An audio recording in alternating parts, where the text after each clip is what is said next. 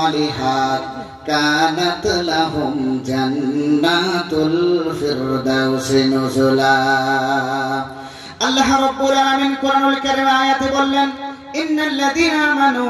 নিশ্চয় যারা ঈমান এনেছে ওয়া আমিলুস সালিহাত দ্বিতীয় নম্বর হলো আমলে সালেহ করেছে আল্লাহ রাব্বুল আলামিন বলেন ইন্নাল্লাযীনা আমানু যারা ঈমান আনলো ওয়া আমিলুস সালিহাত এবং আমলে সালেহ করলো এই দুইটা গুণ আমি আল্লাহ রাব্বুল আলামিন যার কাছে পাবো এই দুইটা গুণ আমি আল্লাহ রাব্বুল আলামিন যার হৃদয়ে পাবো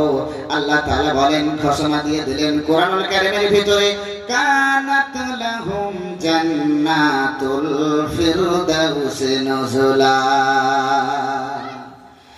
আল্লাহ রাব্বুল আলামিন বলেন ওই দুইটা জিনিস ওই দুইটা